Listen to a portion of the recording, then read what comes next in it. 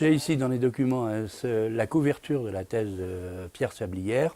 Après que sa thèse ait été terminée, elle a été présentée en juin 71. Donc c'est une somme de 700 pages, très, très juridique, où il explique comment le statut des objecteurs est apparu en France et a été appliqué.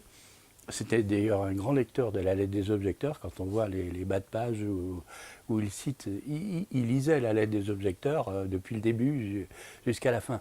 Et c'est un jeune juriste, il est allé voir les objecteurs depuis Brignoles, au début les objecteurs qui ont été libérés dès que le statut a été voté, hein, ceux qui avaient été les premiers objecteurs pendant la guerre d'Algérie.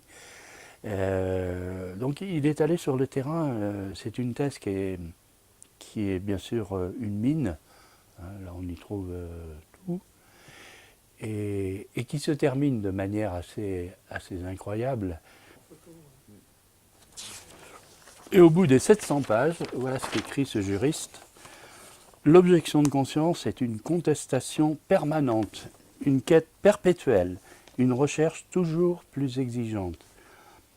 Il n'y aura jamais de statut satisfaisant parce que les objecteurs ne veulent pas s'estimer satisfaits et les gouvernants doivent savoir qu'aucune loi, qu'aucun décret, qu'aucun privilège ne pourra neutraliser leur action.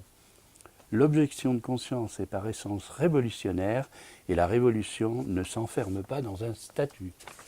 Je trouve que pour une thèse de droit public, c'est quand même assez gonflé.